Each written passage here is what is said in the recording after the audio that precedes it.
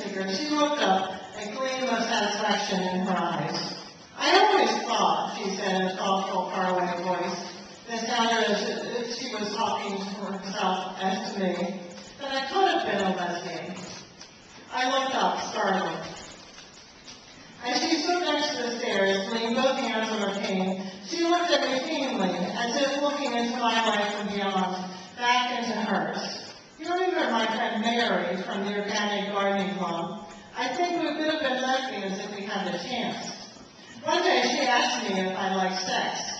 I think if it had been another time, we would have just done it. What's the big deal about sex? I love my place, sorry.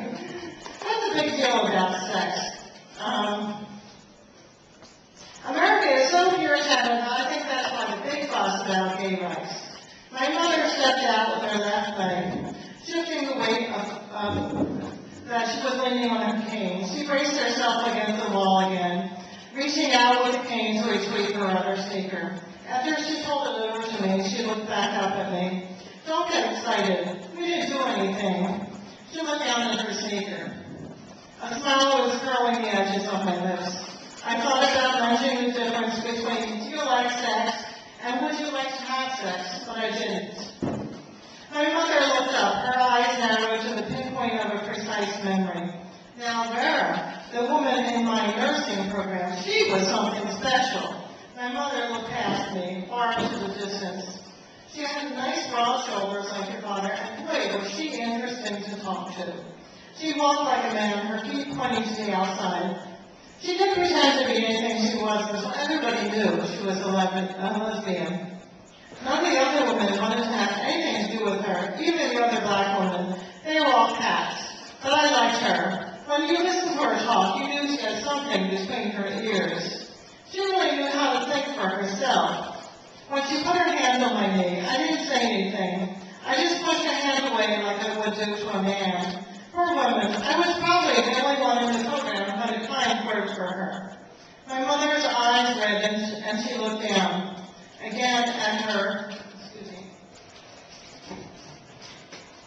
sneaker, putting on her shoes, this daily incidental that had become a monumental task.